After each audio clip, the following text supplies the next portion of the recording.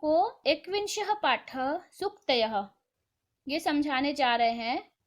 आप पाठ को ध्यान से समझिए और सूक्तियों के अर्थ को समझिए। जो भी कठिनाई होगी वो आप बाद में कमेंट बॉक्स में पूछ लीजिएगा, तो आपको उसका उत्तर बता देंगे। साधका नाम अनुभवात निसृता वाणी उक्ति सूक्ति व जायते। साधकों के अनुभव से निकली हुई जो वाणी है या उक्ति है वह सूक्ति कहलाती है। अत्र युक्ति अपेक्षया जीवनानुभवस्य महत्वं वर्तते। यहाँ पर युक्ति की अपेक्षा जीवन के अनुभवों को महत्व दिया जाता है। सूक्तेः श्रवणानन्तरम् एव वक्तुः श्रोतुः च सूक्ति तत्वं समान रूपेण अनुभूयते। जो वक्ता है और श्रोता है वह दोनों सूक्ति के तत्व को समान रूप से उसके आनंद को अनुभव करते हैं, उसको समझते हैं। सूक्ति जीवन सारम संक्षेपेण उपस्थापयति। सूक्ति संक्षेप में जीवन का सार है। पहली सूक्ति है विद्वान सर्वत्र पूज्यते। विद्वानों की सर्वत्र पूजा होती है। यह सूक्ति श्लोक के अंतर्गत है। स्वगृहे पूज्यते मूर्खः स्वग्रामे पूज्यते प्रभुः स्वदेशे पूज्यते राजा विद्वान सर्वत्र पूज्यते। और इसी में एक दूसरा श्लोक है विद्वत्वं च नृपत्वं च नैव तुल्यं कदाचन स्वदेशे पूज्यते राजा विद्वान सर्वत्र पूज्यते। यहाँ पर बताया गया है कि विद्वान और राजा की कभी भी तुलना नहीं की जाती है। स्वदेश में राजा पूजा जाता है लेकिन विद्वान सर्वत्र पूजते हैं। इसके बाद दूसरी सूक्ति है महताम एक रूपता। महान लोग एक रूप में ही रहते हैं, सुख हो या दुख हो सब में एक ही जैसे रहते हैं। सविता ताम्रस ताम्र एवास्तमेति च संपत्तौ च विपत्तौ च महताम एक रूपता। सविता सूर्य उदय के समय ताम्र वर्ण का होता है और अस्त के समय भी ताम्र वर्ण का ही होता है। इसका मतलब है कि जो महान लोग हैं, महताम महान लोग हैं, वह संपत्ति हो या विपत्ति हो एक रूप में ही रहते हैं, हमेशा एक जैसे रहते हैं, सुख दुख सब में एक जैसे रहते हैं। शीलम सर्वत्र वही धनम। चरित्र सभी जगह धन होता है। विदेशेषु धनम विद्या व्यसनेषु धनम मतिः परलोके धनम धर्मः शीलम सर्वत्र वही धनम। विदेशों में विद्या धन है, व्यसनों में बुरी आदतों में हमारी बुद्धि ही धन है, परलोक में धर्म धन है और चरित्र सभी जगह धन होता है। नास्ति ज्ञानात् परम सुखम। ज्ञान से बड़ा सुख कोई नहीं होता। जिसके पास ज्ञान है वह बहुत सुखी होता है।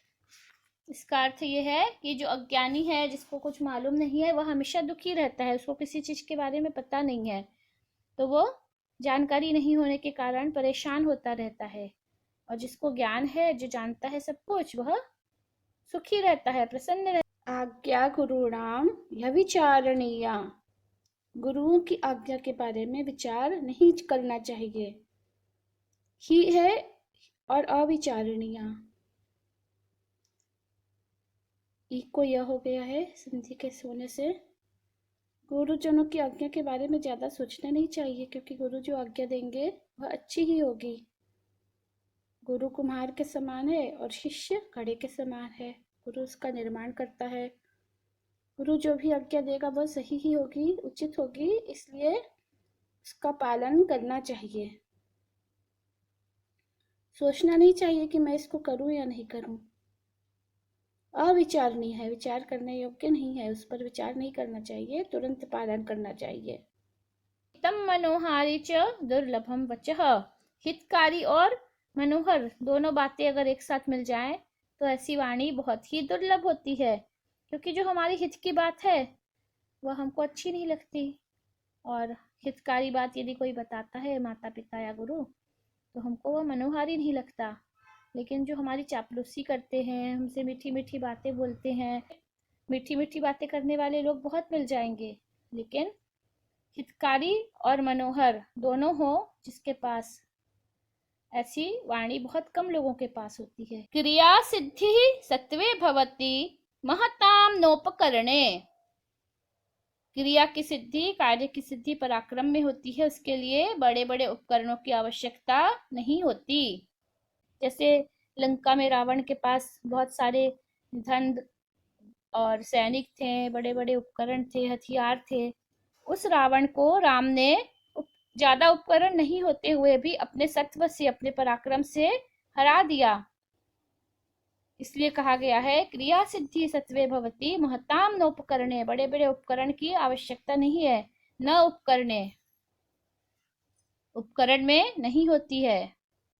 गुणः पूजा स्थानम गुणिषु न च लिंगम न च वयः, पूजा का स्थान गुण होते हैं, गुणियों की लिंग मतलब ये लड़का है कि लड़की है कि क्या है, उनके लिंग को नहीं देखते हैं और उनकी उम्र को भी नहीं देखते हैं। हो सकता है कि वो हमसे छोटा हो और बहुत गुणी हो। जब लव कुश ने राम के द्वारा भेजे गए अश्वमेध यज्ञ के घोड़े को पकड़ा था और उनको लक्ष्मण और भरत से युद्ध करना पड़ा, तो उन्होंने लक्ष्मण भरत सभी को परास्त कर दिया। बहुत ही छोटे छोटे बच्चे थे लेकिन बहुत गुणी थे, तो वो पूजनीय हो गए थे। उनका उम्र और छोटे बच्चे हैं ये नहीं देखा किसी ने। न रत्नम अन्विष्यति मृग्यते ही तत्, रत्न किसी को ढूंढने नहीं जाता कि मुझे कोई पारखी मिले, रत्न को ढूंढते हुए लोग आते हैं, रत्न की खोज की जाती है, रत्न स्वयं नहीं जाता किसी के पास। इसी तरह से जब कोई बहुत कुशल है, किसी चीज का जानकार है, तो लोग उसके पास अपना काम करवाने खुद ही जाते हैं ढूंढते हुए उसको, वो व्यक्ति ढूंढते हुए नहीं जाता है। जो जानकार है, जो जिस बहुत ज्ञानी है और किसी काम में माहिर है, उसको खुद ही काम मिल जाता है। लोग उसको ढूंढते हुए आते हैं, उसकी जब गुणवत्ता फैलती है चारों ओर, तो उसके पास काम लेकर के अपना आते हैं करवाने के लिए। विक्रमार्जित सत्वस्य स्वयमेव मृगेंद्रता, जो हम पराक्रम के द्वारा कोई सत्व हासिल करते हैं, उस स्वामित्व में स्वयमेव मृगेंद्रता, उसमें स्वामी का ही आधिपत्य होता है। जो हम अपने परिश्रम से, विक्रम से हासिल करते हैं, उसमें स्वयं ही मृगेंद्रता हो जाती है, स्वयं ही स्वामित्व सिद्ध हो जाता है। किसी चीज को हमने अपने पराक्रम से प्राप्त किया है तो हम उसके स्वामी कहलाएंगे। अब आप लोगों को ये सूक्ति अच्छी तरह से समझ में आ चुकी है।